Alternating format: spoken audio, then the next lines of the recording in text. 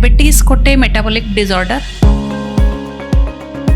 तो आर विभिन्न प्रकार डायबिटीज रे लोक आक्रांत हुंती ता भीतर आम साधारणतः तीन प्रकार विभक्त करूँ डायबिटीज को गोटे हूँ टाइप 1 डायबिटीज जोटा कि संपूर्ण इंसुलिन सिक्रेशन बंद हो जाए से आम ऑटो इम्यून डिसऑर्डर कही था। द्वितीयटी हूँ टाइप 2 डिसऑर्डर जो थे इंसुलिन परिमाण सिक्रेशन हुए तो कमी जापे जदि भी सिक्रेशन सफिशिएंट होची ता बॉडी भितर से काम आसुनी ताकू आम कहू इंसुलिन रेजिस्टेंट डायबिटीज। तृतीयटी हूँ जेस्टेशनल डायबिटीज जोटा कि ड्यूरिंग प्रेगनेंसी तैयारी होता है। तो देखो डायबिटीज तो गोटे लक्षण बोली आम कथा गोटे रोग नुह तो यहाँ गोटे से आम एक डिजीज कहूना आम एक डिसऑर्डर कहूँ। तो रोगी जदि ये सब जिन गुड़िक मानि मारी किसी अवहेला करुच्ची धर जो मेडिसिन को समय आरंभ करूना जदि आरंभ करदेला रेगुलारली खाऊना खाद्य कथा मानुना जो गुड़िक मना कर खाद्य खावाई सेगुड़ा से सब खाई चली कहुई एक्सरसाइज करने जोटा कि लाइफस्टाइल मॉडिफिकेशन अंडर जाऊँगी सी जब करूना ताले डिसऑर्डर जो कौन हुए विभिन्न प्रकार रोग तैयारी हुए जमती कि ब्रेन रिलेटेड है हार्ट रिलेटेड है किडनी रिलेटेड है आखि रिलेटेड है। तो ये सब रोग गुड़िक जो देखा दिए से बहुत असुविधा तैयारी हुए से पेशेंट रोगीटी हैरान हुए और परिवार वर्ग भी सहित हैरान होगा बाध्य होती। तो फिजिकल एक्टिविटीटा बहुत इंपोर्टेंट रोल प्ले करे और जदि करने को बाहर अति कम 30 ରୁ 45 मिनट करने चेष्टा करेंगे गोटे स्ट्रेच रे गैप न करिकी सेटा बहुत उपाय साहाय्य कर। साधारणतः आम सकाळु कही था करने जदि भी सकाळु संभव हो पारुनी एटलिस्ट आम पोस्ट इवनिंग जमती कि ऑफिस लोक चाकरी अच्छा से तो सकाळु समय अभाव थाए करें तो एटलिस्ट आसिक इवनिंग आम ट्राए कर। नमस्कार दर्शक बंधु मु प्रियंका आपन को स्वागत करछि ओडिशा भास्कर को। दर्शक बंधु आपण माने जानिथिबे डायबिटीज प्रति घरे घरे समस्त को होउछि समस्त को कहिबेनी फिर भी जेहेतु जेनेटिक रही प्राय लोक को डायबिटीज होउछि। आपण माने भाबुथिबे जहा को स्टार्टिंग डायबिटीज अछि समस्त भाबुथिबे कि मु कोन खाइबी बेले बेले आमे अमानिया भी हेइ थादु जेतु हमर आदत रही टिके खाइबारे जहार जे फूडी तांको पय तो बहुत चैलेंजिंग थाए कि डायबिटीज हैला परे से माने कोन खाइबे कोन डाइट प्लान करेंगे। मो पाखे अच्छा dietitian doctor Sonali Tripathi Utkal hospital चलते सीधा सड़क सहित कथा कौन डाइट रखिए आपंकर हेल्थ रे केते आपको हेल्पफुल रहिबो चलते सीधा सड़क सहित कथा। नमस्कार भलो बहुत भलो। डायबिटीज गोटे मेटाबॉलिक डिसऑर्डर जोटा कि आम साधारणतः मेटाबॉलिज्म असुविधा तैयारी हेले डिसऑर्डरटा तैयारी हुए। तो आर विभिन्न प्रकार डायबिटीज रे लोक आक्रांत हुंती ता भीतर आम साधारणतः तीन प्रकार विभक्त करूँ डायबिटीज को गोटे हूँ टाइप 1 डायबिटीज जोटा कि संपूर्ण इंसुलिन सिक्रेशन बंद हो जाए से आम ऑटो इम्यून डिसऑर्डर कही था। ये ऑटो इम्यून डिसऑर्डर रे कौन हुए कि इंसुलिन सिक्रेशन बंद हो जो पेशेंट संपूर्ण उपाय इंसुलिन उपर निर्भर कर रही है। द्वितीयटी हूँ टाइप 2 डिसऑर्डर जो थे इंसुलिन परिमाण सिक्रेशन हुए तो कमी जापे जदि भी सिक्रेशन सफिशिएंट होची ता बॉडी भितर से काम आसुनी ताकू आम कहू इंसुलिन रेजिस्टेंट डायबिटीज ता माने सेटा आपनकर लाइफस्टाइल रिलेटेड डिसऑर्डर भी आम कहू। लाइफस्टाइल धरा जाऊ से लोकर खाद्य प्रणाली ठीक नहीं अधिका ओबेसिटी अच्छी लाइफस्टाइल एक्सरसाइज करू ना फिजिकल एक्टिविटी भलो ना sedentary lifestyle lower sedentary lifestyle maintain करछंती तो सही क्षेत्र में डायबिटीज देखा जाए जोटा कि एबे 40 वर्ष ऊर्ध्व लोकों को प्रायतः बहुत क्षेत्र में देखा दूची। तृतीयटी हूँ जेस्टेशनल डायबिटीज जोटा कि ड्यूरिंग प्रेगनेंसी तैयारी होता है। प्रेगनेंसी रे जदि किसी भी असुविधा तैयारी होची प्रेग्नेंट लेडी ओवरवेट अच्छी तो सही क्षेत्र में जब डायबिटीज देखा दूची बेले प्रेगनेंसी सहित से भल हो जापे आ कि केसेस आम देखी था प्रेगनेंसी सरीगला भी से कंटिन्यू हुए। तो ये साधारणतः तीन प्रकार डायबिटीज लक्षण देखा जाए विभक्त करूँ आम। तापर प्री डायबिटिक भी एवं गोटे सोर्स आसिले प्री डायबिटिक माने आपंकर जो HbA1c 5.7 ରୁ 6.4 भितर रोचे प्री डायबिटीज बोली कही से क्षेत्र में भी लोक मानक आम रेस्ट्रिक्शंस करिथाउ से रेस्ट्रिक्शंस रे से किछि समय तांको मिली जाय था ग्रेस पीरियड जोटा कि डायबिटीज लक्षण तैयारी हो न थाए। मैडम डायबिटीज यह कहीं लाइफ रिस्क थाए लाइफ डिजार्डेड थाए तो देखो डायबिटीज तो गोटे लक्षण बोली आम कथा हेले गोटे रोग नुह तो यहाँ गोटे से आम एक डिजीज कहूना आम एक डिसऑर्डर कहूँ तो ये एंडोक्राइन डिसऑर्डर रे कौन हुए जो सिक्रेशन इन्सुलिन सफिशिएंसी कमी जाए बा जदि भी सफिशिएंट इनक्रीज सिक्रेशन होउची सेटा काम रे लागि पारे ना ताहले ये क्षेत्र में कौन करा जाए ना आम देखुचे विभिन्न प्रकार असुविधा तैयारी होता है से सब असुविधा भितर आम जमती कि आम देखा धरा जाऊ जिते लोकटी को अधिका शोष लगिला अधिका भोक लगिला तार वेट लॉस है तो से क्षेत्र में डायबिटीज टी आरंभ हुए तो एगुड़िक लक्षण तार से लक्षणटी जिते कंटिन्यू हुए आ लोकटी तार ट्रीट बुझीपे ना माँ आम कौ डायग्नोज हो पारे समय जिते तार लक्षण गुड़िक अति अधिक मात्रा देखा जाए से टेस्ट कलापर तार जना पड़े जे हाँ मत डायबिटीज आरंभ हो जाए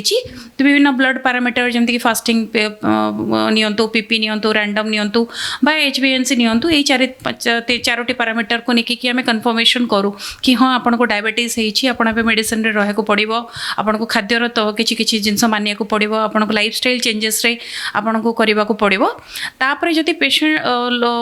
रोगीटी जदि ये सब जिनस गुड़िक मानि मारे किसी अवहेला करुच्ची धर जो मेडिसिन को समय आरंभ करूना जदि आरंभ करदेला रेगुलाली खाऊ ना बा खाद्य कथा मानु ना जो गुड़िक मना कर खाद्य खावाई सेगुड़ा से सब बड़े खाई चली कहुई एक्सरसाइज करने जोटा कि लाइफस्टाइल मॉडिफिकेशन अंडर जाऊँगी सी जब करूना ताले डिसऑर्डर जो कौन हुए विभिन्न प्रकार रोग तैयारी हुए सेगुड़ा कहूँ आम इन्सुलिन जोटा इनसफिशिएंसी तो ऑलरेडी अच्छी ता सहित ये रोग गुड़िक तैयारी हो गला ताकू आम कहू सेकेंडरी कॉम्प्लिकेशन ऑफ डायबिटीज ता अंडर विभिन्न प्रकार रोग जाऊँगी जमती कि ब्रेन रिलेटेड है हार्ट रिलेटेड है किडनी रिलेटेड है आखि रिलेटेड है तो ये सब रोग गुड़िक जो देखा दिए से बहुत असुविधा तैयारी हुए से पेशेंट रोगीटी हैरान हुए और परिवार वर्ग भी सहित हैरान होगा बाध्य हुए। मैडम सिंपल कार्बोहाइड्रेट और कॉम्प्लेक्स कार्बोहाइड्रेट माने कौन रही तार आज्ञा तो सिंपल कार्बोहाइड्रेट कॉम्प्लेक्स कार्बोहाइड्रेट भितर आपणकर अंतर एमती बुझे पारि आपणकर गोटे तंतु जातीय और गोटे तंतु जातीय नुहे तो जमीक कॉम्प्लेक्स कार्बोहाइड्रेट हूँ जो प्रचुर परिमाण में तंतु अच्छी गोटे सरल उदाहरण देखिए बुझे पारि जमीक अटा को जदि आम चलाऊे घरे ताले से चोकड़ बाहर कथा तो किंतु देखिए आप जो पैकेट अटा मैंने आजिकल खाऊचे आणिकी आपड़ चलैले से चोकड़ बाहर नहीं ताने से चलारे संपूर्ण रूपे बाहरी जाऊँगी चोकड़ बंचुरी से जेहेतु तंतु ना से चोकड़ अंश भी कमी जाइए तो सेटा फाइबरियस नुह से फाइबरियस नहवा जो से परिमाण अधिक अटार थी जो से रुटीटी जदि तैयारी होची अटारू ताले से तंतुर परिमाण अभाव थी जो से GI इंडेक्स तार बढ़ी जाए ता सहित तार खाइबार क्वांटिटी जदि बढ़ला ताले सेठी ब्लड सुगर इम्बालांसेस आसी थाए सेमती विभिन्न प्रकार खाद्य अच्छी जो तंतु ना जमीक आपणकर मैदा जातीय आइटम हो गला आपणकर सबू आम विभिन्न प्रकार पैकेज ऑफ प्रोसेस फूड खाऊचे बिस्केट है ब्रेड है केक है ये सब मैदारू तैयारी होती तो ये सब जिनस तंतु नहीं तंतु थी जिनस गुड़िक आम जाचे जोटा कि चोकड़ अटा है जोटा कि चक्की अटा आम कहू जोटा कि ओरिजिनाली आम पेसिकी आनीपर जदि सुविधा अच्छी आपणकर मांडिया है बाजरा है जौ है ये सब गुड़िक तंतु जातीय से डायबिटीज रोगीटी आम पाखक खाद्य तालिका नहीं आसती जे मैडम केमती कौन खाद्य खाइबी आम चेष्टा करूँ तंतु जातीय खाद्य को तांकर जलखिया जमती कि विभिन्न प्रकार रुटी उपारे हो दलिया उपमा उपारे हो आपणकर इडली है आउ चकुली पिठा है ये सब रखू लंच रे भी सेमती आपणकर तंतु हिसाब से आम सब एडवाइस करता उषुना भात नियंतु उषुना भात भी सेमती आपणकर अरुआ भात तुलन में उषुना भातटा कॉम्प्लेक्स कार्बोहाइड्रेट रे जाउची ता सहित जदि जो मैंने रुटी नापी इच्छा करती रुटी भी नहीं पारे सेमती रात भी से भाई आम चेष्टा करूँ जदि विभिन्न बाजरा जौ जो मैंने मिसेक रुटी नहीं पाक इच्छा करती नहीं पारे ना जब से गोटे इनग्रेडिएंट रू अटार ही रुटी नौ तंतु जातीय हेले बहुत भल होता है पेशेंट मानक मैडम जमती कि आपड़ कहले तो आप उषुना भात खाइबा एडवाइस दे था कि बहुत पेसेंट भी कथा मानिक उषुना भात भी खाई था अरुआ भात कहीं खाई पारे नहीं देखो अरुआ भात खाई देखो खाद्य तो किसी गोटे कौन से खाद्य खाइले रोग तैयारी हुए बा कौन से खाद्य खाई रोग भल हो किंतु खाद्यर गोटे ये सुविधा अच्छी से आप जो लंबा टाइम सेटा को आपण अनुकरण करती तार गोटे भल इफेक्ट बॉडी भितर तैयारी हुए सेम जिनस लंबा टाइम जदि आप भूल करती तार भी गोटे इफेक्ट तैयारी हुए और से इफेक्टा टी लंबा समय पर तैयारी हुए तो से उषुना भात जो डायबिटीज पेशेंट को आम खाइबा କହିବାକୁ କହୁଛୁ ଯେମିତିକି ପୂର୍ବ ପ୍ରଶ୍ନରେ ଆପଣ କହିଥିଲେ ଯେ ସିମ୍ପଲ୍ କାର୍ବୋହାଇଡ୍ରେଟ୍ କମ୍ପ୍ଲେକ୍ସ କାର୍ବୋହାଇଡ୍ରେଟ୍ ତଫାତ୍ ସେଇ ତଫାତ୍ ଏଇଠି କାମ କରୁଛି। ତ ଉଷୁନା ଭାତଟା କମ୍ପ୍ଲେକ୍ସ କାର୍ବୋହାଇଡ୍ରେଟ୍ ଶ୍ରେଣୀରେ ଯାଉଛି, ଯେତେବେଳେ ଅରୁଆ ଭାତଟା ସିମ୍ପଲ୍ କାର୍ବୋହାଇଡ୍ରେଟ୍ରେ। ତ ସିମ୍ପଲ୍ କାର୍ବୋହାଇଡ୍ରେଟ୍ର GI ଇଣ୍ଡେକ୍ସଟା ଅଧିକା ଥିବା ଯୋଗୁଁ ସେଟା ବ୍ଲଡ୍ ସୁଗର ବଢ଼ିବାର ଚାନ୍ସେସ୍ ଅଧିକା ଥାଏ। ତା ସହିତ ଅରୁଆ ଭାତଟେ ଆପଣଙ୍କର ଖାଇଦେଲେ ତାର ଜଲ୍ଦି ଡାଇଜେଷ୍ଟବିଲିଟି ଅଛି, କାରଣ ତନ୍ତୁ ଆଭେଲେବୁଲ୍ ନାହିଁ ସେଥିରେ, ତ ଜଲ୍ଦି ଡାଇଜେସନ୍ ହେଇଯିବ ମାନେ ସେ ଜଲ୍ଦି ବ୍ଲଡ଼୍ରେ ସୁଗରର ପରିମାଣ ତିଆରି କରିପାରିବ। ଯେଉଁଟାକି ମନେକର ଆମେ ସାଧାରଣତଃ ଦେଖିଥାଉ ଯେ ଗୋଟେ ମେଜର ମିଲ୍ ଯଦି ଖାଉଛେ ସେଟା 2 ରୁ 3 ଘଣ୍ଟା ଲାଗୁଛି ଡାଇଜେସନ୍ ହେବା ପାଇଁ। ତ 2 ଘଣ୍ଟା ପରେ ଆମେ ସାଧାରଣତଃ ବ୍ଲଡ୍ ସୁଗରକୁ ମାପିବାକୁ କହିଥାଉ, ଯେମିତିକି ଆପଣ ଡାକ୍ତରମାନେ ଆପଣଙ୍କ ଭିତରେ ପଠାନ୍ତି ଯେ ଫାଷ୍ଟିଂ କରନ୍ତୁ, ପିପି କରିବେ, ପିପିଟା 2 ଘଣ୍ଟା ପରେ ହେବା କଥା। ସେଇ ଜିନିଷ ଏଇଠି ବି ଲାଗୁ ହେଉଛି। ତ ଯେତେବେଳେ ଆମେ 2 ଘଣ୍ଟା ଭିତରେ ଆମେ ଦେଖୁଛେ ବ୍ଲଡ୍ ସୁଗର ବଢ଼ି ଯାଉଛି ଫାଷ୍ଟ, ସେଟା ଜଲ୍ଦି ହାଇକ୍ ନେଉଛି, ତ ସେଇଟା ଠିକ୍ ନୁହଁ ଗୋଟେ ଡାଇବେଟିସ୍ ରୋଗୀ ପାଇଁ। ଆମେ ସବୁବେଳେ ଆଡ଼ଭାଇସ୍ କରିଥାଉ କମ୍ପ୍ଲେକ୍ସ କାର୍ବୋହାଇଡ୍ରେଟ୍ ଏଇ ହିସାବରେ ଯେ ସେଟା ଧୀରେ ଧୀରେ କରିକି ବ୍ଲଡ୍ ସୁଗରଟା ସ୍ଲୋଲି ଖାଦ୍ୟରୁ ସୁଗର ବାହାରୁ, ଯେଉଁଟାକି ସ୍ଲୋଲି ଇନକ୍ରିଜ୍ ହେଉ, ଆଟ୍ ଏ ସଡନ୍ ହାଇକ୍ ନ ହେଇଯାଉ। ମ୍ୟାଡ଼ାମ୍ ଯେମିତିକି ଆପଣ କହିଲେ କି ଉଷୁନା ଭାତ ଖାଇଲେ କ'ଣ ପ୍ରୋବ୍ଲେମ୍ ଅଛି, ଅରୁଆ ଭାତ ଖାଇଲେ କ'ଣ ପ୍ରୋବ୍ଲେମ୍ ଅଛି, ସେମିତି ଆମେ ଅଟା ରୁଟି ପାଖକୁ ଆସିବା। ଯେମିତି ନର୍ମାଲ ଅଟା ଚକଟିକି ରୁଟି ଖାଆନ୍ତି, ତା ଦେହରେ ଆଉ ଯେଉଁ ଜନ୍ତା ରୁଟି ଖାଆନ୍ତି, ତାର ଫରକ କ'ଣ ରହିଛି? ନାଇଁ, ନ୍ୟୁଟ୍ରିସନାଲ ଭ୍ୟାଲୁରେ କିଛି ଫରକ ନାହିଁ। ଅଟା ତ ସେମ୍ ଜିନିଷ, ସେଥିରେ ଲୁଣ ପାଣି ଏଇ ଦୁଇଟା ଆକରେ ଇନଗ୍ରେଡ଼ିଏଣ୍ଟ ସମାନ, ତେଣୁକରି ନ୍ୟୁଟ୍ରିସନାଲ ପଏଣ୍ଟ ଅଫ୍ ଭ୍ୟୁରେ କିଛି ଅଲଗା ନୁହଁ। ବାସ୍ ଜନ୍ତା ରୁଟି ଆଉ ନର୍ମାଲ ରୁଟି ଭିତରେ ତଫାତ୍ ଏଇଆ, ଯେତେବେଳେ ପେସେଣ୍ଟ ଡାଇଜେସନର କାପାବିଲିଟି, ଗୋଟେ ସାଧାରଣତଃ ହସ୍ପିଟାଲ ପେସେଣ୍ଟ ପାଖରେ ସେ ଡାଇଜେସନ କାପାବିଲିଟି, ତାର ମେଟାବଲିଜିମ୍ ଏଇଟା ସବୁ ବହୁତ ଲୋ ଥାଏ। ସେଥିପାଇଁ ସେମାନେ ଯେହେତୁ ସହଜରେ ଡାଇଜେସନ କରିପାରନ୍ତି ନାହିଁ, ବା ନର୍ମାଲ ରୁଟିଟି ଥଣ୍ଡା ହେଇଗଲା ପରେ ଟାଣ ହେବାର ସମ୍ଭାବନା ଥାଏ। ଯଦି ପେସେଣ୍ଟ ପାଖକୁ ଯାଇଛି ସେ ରୁଟିଟି ସିଏ ହୁଏ ତ ଖାଇ ନପାରେ, ବା ଘରେ ବି ଆମେ ଯଦି ରୁଟି କରିକି ଅଧିକା ସମୟ ରହିଗଲା ଟାଣ ବେଳେବେଳେ ପଡ଼ିଯାଏ। ତ ସେଇ ଜିନିଷ ପେସେଣ୍ଟର କନଜ୍ୟୁମ୍ କାପାସିଟି ବଢ଼େଇବା ପାଇଁ, ମାନେ ରୁଟିଟା ସଫ୍ଟ ରହିଲେ ସେ ସୁବିଧାରେ ଚୋବେଇକି ଖାଇପାରିବ, ତା ସହିତ ସେଟା ଜଲ୍ଦି ଡାଇଜେସନ୍ ହେଇପାରିବ ନର୍ମାଲ ରୁଟି ତୁଳନାରେ। କେବଳ ତଫାତ୍ ସେତିକି। ମ୍ୟାଡ଼ାମ୍ ଆଜ୍ ଏ ଡାଇଟିଆନ୍ ହିସାବରେ ମୁଁ ଆପଣଙ୍କୁ ପଚାରିବି କି ଯେମିତିକି ଆପଣମାନେ ଆଡ଼ଭାଇସ୍ ଦେଇଥାନ୍ତେ କି କମ୍ ଖାଇବେ ଲେକିନ୍ ଅଧିକା ଟାଇମ୍ ଖାଇବେ, ଏଇଟା କାହିଁକି ଆଡ଼ଭାଇସ୍ ଦେଇଥାନ୍ତେ? ଆଜ୍ଞା, ତ କମ୍ ଖାଇବେ, କ୍ୱାଣ୍ଟିଟି ଆମେ ବହୁତ କମ୍ ନୁହଁ। ଜଷ୍ଟ ଆପଣଙ୍କର ଆମେ ଯେତେବେଳେ ଆପଣଙ୍କୁ ପେସେଣ୍ଟରୁ ଡାଏଟ୍ ହିଷ୍ଟ୍ରି ତାର ନେଇଥାଉ, ଧର ଯେଉଁ ଗୋଟେ ଲୋକ ତାର ଡାଇବେଟିସ୍ ହେବା ସହିତ ବା ଡାଇବେଟିସ୍ ହେବା ପୂର୍ବରୁ ସେ ଦିନକୁ 4ଟି ବା 5ଟି ଖାଦ୍ୟ ସାଧାରଣତଃ ଲୋକମାନେ ନିଅନ୍ତି। ତ 4ଟି 5ଟି ଖାଦ୍ୟ ଭିତରେ ଯଦି ମନେକର ଗୋଟେରୁ ଆଉ ଗୋଟେ ଖାଦ୍ୟ ଭିତରେ ଲମ୍ବା ଗ୍ୟାପ୍ ହେଇଯାଉଛି, ଯେମିତିକି ଧର ଯେଉଁ ଉଦାହରଣ ଦେବି, ଆପଣ ସକାଳ ଜଳଖିଆ ଖାଉଛନ୍ତି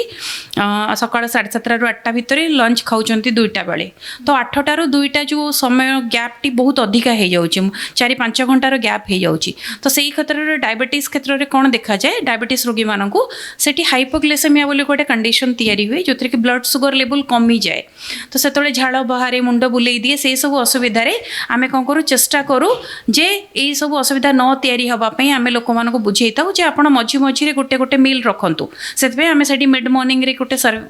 ଏଇ ଆଇଟମ୍ଟି ରଖନ୍ତୁ, ଏଇଟା ସାହାଯ୍ୟ କରିବ ଆପଣଙ୍କ ବ୍ଲଡ୍ ସୁଗର ଲେବୁଲ୍କୁ ମେଣ୍ଟେନ୍ କରିବା ପାଇଁ। କାରଣ ଯଦି ଇନ୍ସୁଲିନ୍ର ଆଭେଲେବିଲିଟି ଅଛି ବଡି ଭିତରେ କିନ୍ତୁ ଖାଦ୍ୟ ନାହିଁ, ଖାଦ୍ୟ ଲେଟ୍ରେ ଖାଇଛନ୍ତି ବା ଲେଟ୍ ହେଇଯାଇଛି, ତାହେଲେ ସେଠି ବ୍ଲଡ୍ ସୁଗର ଡ୍ରପ୍ କରିକି ଆପଣଙ୍କର ହାଇପୋଗ୍ଲାଇସେମିଆ ହେବାର ଚାନ୍ସେସ୍ ଥାଏ। ସେଥିପାଇଁ ଆମେ କିଛି ତଫାତରେ ଛୋଟ ଖାଦ୍ୟ ନେବାକୁ କହିଥାଉ, ସୋ ଦ୍ୟାଟ୍ ଆମେ 5ଟାରୁ 6ଟା ଖାଦ୍ୟ ପ୍ଲାନ୍ କରିଥାଉ ଗୋଟେ ଡାଇବେଟିସ୍ ରୋଗୀ ପାଇଁ।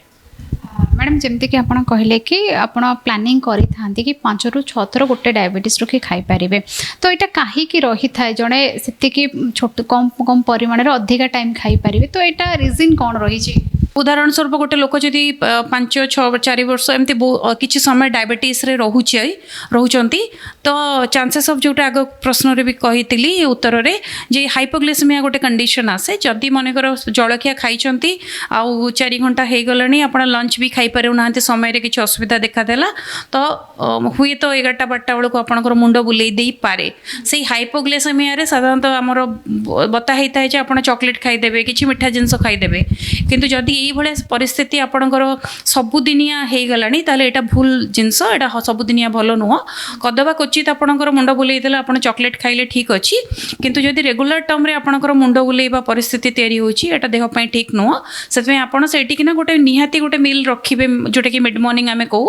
ମଝିରେ ଆପଣ ଗୋଟେ ଫଳ ନେଇପାରିବେ, ବା ଆପଣ ଯଦି ବାହାରେ ଅଛନ୍ତି ଟିକେ ଭଜା ବୁଟ ନେଇପାରିବେ। ମଝିରେ ଗୋଟେ ମିଲ୍ ନେଲେ ସେଟା ଆପଣଙ୍କର ବ୍ଲଡ୍ ସୁଗର ଲେବୁଲ୍ଟାକୁ ମେଣ୍ଟେନ୍ ରଖିବ। ଯେମିତିକି ଆପଣ ମ୍ୟାଡ଼ାମ୍ କହିଲେ କି ଲିମିଟ୍ ଥାଏ ଖାଇବା ଲିମିଟ୍ ଯେମିତିକି ଆପଣ ବଢ଼େଇଛନ୍ତି କେତେବେଳେ ସମସ୍ତଙ୍କର ମଣିଷ ଜନ୍ମ ନେଇଛି ତ ମୋତେ ଲୋଭ ତ ଖାଇବା ପ୍ରତି ଟିକେ ରହୁଛି ତ ବେଳେବେଳେ ସେମାନେ କ'ଣ କରନ୍ତି ନା ବାହାରେ ଯାଇ ଭୋଜି ହେଲା କି ମଟନ୍ ହେଲା ନର୍ମାଲି ମୁଁ କହୁନି ସବୁବେଳେ ସେମାନେ ଖାଉଥିବେ ବେଳେବେଳେ ଖାଇ ନିଅନ୍ତି କିଛି ପ୍ରୋବ୍ଲେମ୍ ଆସିପାରେ କି? ପ୍ରୋବ୍ଲେମ୍ ହେବ ଯଦି ତା ପରଦିନ ଆମେ ବ୍ଲଡ଼ ଟେଷ୍ଟ କରିବାକୁ ଯାଇଛେ ସେ ତ କହିଦେବ କାରଣ ବଡି ଗୋଟେ ମେସିନ୍ ଭଳିଆ ମେସିନ୍ରେ ଆମେ ଯଦି ଅଧିକା କିଛି ଆଡ଼୍ କରୁଛେ ସେ ତାର ଅଟୋମେଟିକାଲି ରିଫ୍ଲେକ୍ଟ କରିବ ଅବଜର୍ଭ କରିବ ରିଫ୍ଲେକ୍ଟ କରିବ ବ୍ଲଡ଼ ପାରାମିଟର୍ସରେ ସେ ତ କେବେ ବି ଆଭଏଡ଼ କରିହେବନି। ହଁ ଲୋକମାନେ ପଚାରିକି ଆମଠୁ ବୁଝିବାକୁ ଚାହିଁଥାନ୍ତି ଯେ ଯଦି ମ୍ୟାଡ଼ାମ୍ କିଛି ବାଟ ବତେଇଦେବେ କ'ଣ ଗୋଟେ ବାଟ ବାହାରିବ କିଛି ଆର ବାଟ ନାହିଁ ମାନେ ପୁରା ମେସିନ୍ ଭଳିଆ ଦେହ ତ ଯଦି ଯାହା ବି ଆପଣଙ୍କୁ ମନା କରାଯାଇଛି ଆଉ ମନା କରିବା ପରେ ବି ଯଦି ସେଇ ଜିନିଷ ଆପଣ ନେଇଛନ୍ତି ଠିକ୍ ଅଛି ସେ ତ ଯେମିତିକି ଆପଣଙ୍କୁ ପୂର୍ବରୁ କହି ରଖିଥିଲି ଯେ ଖାଦ୍ୟ ଗୋଟେ ଏମିତି ଜିନିଷ ନା ଖାଇଲେ ଆପଣଙ୍କୁ ଇମିଡ଼ିଏଟ୍ ରୋଗ ଦେଖାଦେବ ନା ଖାଇଲେ ଇମିଡ଼ିଏଟ୍ ଆପଣଙ୍କ ରୋଗ ଭଲ ହୋଇଯିବ ସେମିତି ତ ଆପଣ ଯଦି କିଛି ନେଇଛନ୍ତି ସେଇଟା ଲଙ୍ଗ୍ ରନ୍ରେ ସେଇଟା ରିଫ୍ଲେକ୍ଟ କରିବ ଅଟୋମେଟିକାଲି ଆପଣଙ୍କ ବ୍ଲଡ଼ ପାରାମିଟରରେ ତାର କିଛି ଅନ୍ୟ ବାଟ ନାହିଁ। ମ୍ୟାଡ଼ାମ୍ ଆମେ ତ ସମସ୍ତେ ଜାଣିଛୁ କି ଗୋଟେ ଡାଇବେଟିସ୍ ପେସେଣ୍ଟକୁ ମିଠା ହେଉଛି ବିଷ ସହିତ ସମାନ ମିଠାକୁ ଛାଡ଼ିକିରି ଆଉ ସେ କ'ଣ କ'ଣ ନ ଖାଇବା ଦରକାର? ଆଜ୍ଞା ଠିକ୍ କହିଲେ ସମସ୍ତେ ଜାଣିଛେ ଯେ ଆମେ ମିଠା ଖାଇବାନି କିନ୍ତୁ ଖାଲି ମିଠା ନୁହଁ ମିଠା ଜାତୀୟ ଜିନିଷ ବି ମନା କରାଯାଏ ଯେମିତିକି ଆପଣଙ୍କର ଆଇସ୍କ୍ରିମ୍ ହେଲା କୋଲ୍ଡ ଡ୍ରିଙ୍କସ୍ ହେଲା ଏଗୁଡ଼ା ବି ଆମେ ମନା କରୁ। ଲୋକ କ'ଣ କରନ୍ତି ମିଠା ଖାଇବେନି ଭାବନ୍ତି କିନ୍ତୁ ଖଜୁରୀ ଖାଇଦିଅନ୍ତି ନର୍ମାଲି ମୁଣ୍ଡରେ ଅଛି ଯେ ଖଜୁରୀ କିଛି ଅସୁବିଧା ନାହିଁ ଡାଇବେଟିସ୍ ପେସେଣ୍ଟକୁ ଖଜୁରୀ ମନା ଲୋକ ନର୍ମାଲି କ'ଣ କରନ୍ତି ପେଟ ଥଣ୍ଡା ହେବ କହିକି ମିଶ୍ରି ପିଇ ଦିଅନ୍ତି ଆଉ ଗୁଡ଼ ବି ଚା କହନ୍ତି ଯେ ଚିନି ବଦଳରେ ମୁଁ ଗୁଡ଼ ଖାଇଦେଉଛି ସେଇଟା ତ ଡାକ୍ତର କହିଛନ୍ତି ଭଲ ବୋଲି ନା ସେଇଟା ଜେନେରାଲାଇଜ୍ ଷ୍ଟେଟମେଣ୍ଟ ବହୁତ ସାରା ଜେନେରାଲାଇଜ୍ ଷ୍ଟେଟମେଣ୍ଟ ଥାଏ ଯେଉଁଟାକି ସବୁ ଜିନିଷରେ ଲାଗୁ ହେବନି ତ ଡାଇବେଟିସ୍ କ୍ଷେତ୍ରରେ ଏଗୁଡ଼ିକ ମନା ରହିଛି ଲିଷ୍ଟ ରେଷ୍ଟ୍ରିକ୍ସନ୍ ଲିଷ୍ଟରେ ତା ସହିତ ଆପଣଙ୍କର ଫଳରେ ବି କିଛି ପରିମାଣର ରେଷ୍ଟ୍ରିକ୍ସନ୍ ଥାଏ ଯେଉଁଟାକି ହାଇ ଗ୍ଲାଇସେମିକ୍ ଇଣ୍ଡେକ୍ସର ଫ୍ରୁଟ୍ସ ଆମର ଯେଉଁଟାକି ମିଠା ବହୁତ ମିଠା ଫଳ ଯେମିତିକି ଖରାଦିନେ ସବୁ ଆସେ ଆମ୍ବ ହେଲା ପଣସ ହେଲା ଲିଚୁ ହେଲା ତାପରେ ତରଭୁଜ ହେଲା ଗୁଡ଼ା GI ଇଣ୍ଡେକ୍ସ ତାର ବହୁତ ଅଧିକା ତ ହାଇ ଗ୍ଲାଇସେମିକ୍ ଲୋଡ୍ ଯୋଗୁଁ ଆମେ ତାକୁ ସେଇ ଫଳ ଗୁଡ଼ିକ ମନା କରିଥାଉ ବାକି ଲୋ ଗ୍ଲାଇସେମିକ୍ ଇଣ୍ଡେକ୍ସର ମିଡ଼ିୟମ୍ ଗ୍ଲାଇସେମିକ୍ ଇଣ୍ଡେକ୍ସର ଫଳକୁ ଆମେ ଅଲ୍ଟର କରିବାକୁ ପେସେଣ୍ଟକୁ ଆଡ଼ଭାଇସ୍ କରୁ। ତା ସହିତ ଆମେ ପ୍ୟାକେଜ୍ ଓ ପ୍ରୋସେସ୍ ଫୁଡ଼୍ ଯେମିତିକି ସବୁ ପ୍ରକାରର ବାହାରର ଫୁଡ଼୍ ହେଲା ବିସ୍କେଟ୍ ବ୍ରେଡ଼୍ କେକ୍ ପେଷ୍ଟ୍ରି ଏଗୁଡ଼ା ମନା କରିଥାଉ। ତା ସହିତ ଡିପ୍ ଫ୍ରାଏଡ଼୍ ଆଇଟମ୍ ଗୁଡ଼ା ବାହାରର ହେଲା ଯେମିତିକି ଘରର ହେଲା ବାହାରର ଯେମିତିକି ରୋଡ଼୍ ସାଇଡ଼୍ ଫୁଡ଼୍ ଗୁଡ଼ା ସେଗୁଡ଼ା ମନା କରିଥାଉ। ତ ଇନ୍ ସର୍ଟ ଯଦି ମୁଁ କହିବି ଆମେ ହାଇ କ୍ୟାଲୋରି ଆଉ ଯେଉଁଟା ଆମେ କଥା ହେଉଥିଲେ ସିମ୍ପଲ୍ କାପ୍ସ ତ high calorie simple carbohydrate food गुड़ाक आम साधारण मना करी कारण डीप फ्राइड भी थाए सुगर कंटेंट भी थाए तो ये सब जिनस गोटे डायबिटीज पेशेंट मु कहि स्लो पॉइजन भाया से तार धीरे धीरे धीरे धीरे बुझा पड़ोनी किंतु धीरे धीरे धीरे धीरे से भर डिपोजिशन कर ब्लड सुगर लेवल को रेगुलर मोड रे अप एंड डाउन करूथबो जोटा कि लॉन्ग रन ने जाइकी असुविधा तैयारी करि पारे। मैडम आपनक तरफ आम व्यूअर्स मानक पई किछि हेल्थ टिप्स आज्ञा तो जमती कि डायबिटीज रोगीटी जदि आपणकर डायग्नोसिस रोचे डायबिटीज आपन को कन्फर्म हो जाइए तो आपण पाखे गोटे बहुत भल जिनस करेंगे डे वन रु जो पर्यंत आपण पाखे पॉसिबिलिटी अच्छी से हूँ फिजिकल एक्टिविटी एक्सरसाइज कारण आमर डाइट मेडिसिन उपर मोर कंट्रोल ना कारण मेडिसिन आपको डॉक्टर एडवाइस करेंगे आपंकर से किसी लगे ना जमी एडवाइस होती ने डाइट भी आम जमी लिखिकी देचु हुए तो किसी एपट सेपट जमीक मैडम कहते कौटी के गले पाटी तो नियंत्रण में ना तेणुक कौटी कौन असुविधा हो जाए खाइबारे केबे केबे से भी ग्रहणीय किंतु एक्सरसाइज करवा केबे भूलिबेनी कारण एक्सरसाइज करवा द्वारा टाइप 2 डायबिटीज हो बा टाइप 1 डायबिटीज हो आमे तार इंसुलिन रेजिस्टेंस टाकू कमे पारिबा इंसुलिन सेंसिटिविटी जेतेबेले बढ़िबो सेतेबेले से डायबिटीज रोगीटीर रेगुलर टर्म रे आमे ब्लड सुगर को कंट्रोल करि परिबा। तो फिजिकल एक्टिविटीटा बहुत इंपोर्टेंट रोल प्ले करे और जदि करबा को बाहरुचंती अति कम रे 30 रु 45 मिनट करने चेष्टा करेंगे गोटे स्ट्रेच रे गैप न करिकी सेटा बहुत उपाय साहाय्य कर साधारणतः आम सकाळू कही करने जदि भी सुविधा हो सकाळटा सबुठ भलरे काम आसे जदि भी सकाळू संभव हो पारुनी एटलिस्ट आम पोस्ट इवनिंग जमीक ऑफिस लोक चाकरी अच्छा से तो सकाळू समय अभाव थाए करें तो एटलिस्ट आसिक इवनिंग आम ट्राए कर। मैडम जमती कि आप कहले कि जो मैंने ऑफिस जाऊँगी सका न हो पारे से संध्या बेलू आसिकी निजर जो योग वगैरह अच्छे से करें किंतु गृहिणी मैंने से मन में चिंताधारा रही कि तो आम रोसे करुचु घर काम करुचु तो आमर ये डाइट मतलब एमती योग निहाती जीवा दरकार ना ये योग आम हो जाऊँ ठीक प्रश्न कले तो नॉर्मली आम ये प्रश्न सब माने कॉमन पेशेंट पाखर आसे मो घरे तो हाउस वाइफ हिसाब से मुझे बहुत सारा काम करुच्ची निहाती हाउस वाइफ मैंने बहुत काम करती से कमर माने मुझे कहे जे गणा न थाए तो इवन इफ से काम कला बेले लगे बहुत परिश्रम होची किंतु मु आउ कहीं करी चली कौन पाई किंतु चलवाई ये दरकार आपण से कम जिते करुले ता पूर्वर आपण बॉडी हैबिचुएटेड अच्छी से कम करुला बेले आपण को डायबिटीज नथिला ता माने बॉडी आपणकर पुराना लाइफस्टाइल सहित हैबिचुएटेड अच्छी हैबिचुएटेड थाई कि थिबा परे भी डायबिटीज रोगटे तैयारी होईची तो सेटा जेहेतु बॉडी हैबिचुएटेड अच्छी सेटा आपनकर एक्सरसाइज उपाय काउंट हेनी तो से मोर ये एडवाइस रहिबो से काम तो आपन करेंगे सेटा केबे जेतबे नॉर्मली यंग एज रे अधिका काम थाए धीरे धीरे धीरे धीरे घर छुआ बड़ हवा सहित धीरे धीरे कामर परिमाण भी कमिबा को लगे से बयस ही लाइफस्टाइल असुविधाटा तैयारी हुए तो एक्सरसाइज करिया को पड़ो कारण आपंकर डायबिटीज डायग्नोज हवा पूर्वर लाइफस्टाइल रे आप एक्स्ट्रा 30 मिनिट्स एक्सरसाइज ऐड न कले आप ब्लड सुगर को रेगुलर मोड रे कंट्रोल करवा डिफिकल्ट हम thank you so much ma'am आप बिजी शेड्यूल आमको टाइम दे दर्शक बंधु आप शुणुते जमती कि गृहिणी मैंने भावती कि आम घर सब कम करुचु तो आमको योग करवा कि जगिंग जावा किसी आवश्यकता ना सेमती कि जमती आपण मैंने भावुवे कि आम तो चीनी खाऊनु गुड़ खाऊँ आमको डायबिटीज कंट्रोल आसवा डायटिशियन पाखर आप शुणुते कि कौटा आप शरीर भल रही कौटा खराब रही कौटा विश्व परिका रही कौटा पूरा अमृत परिका रही आप लाइफस्टाइल को केमिति आप निजर डाइट अनुसार चेंज करें। भुवनेश्वर कैमेरा पर्सन रतिरत्न सहित मु प्रियंका ओडिशा भास्कर।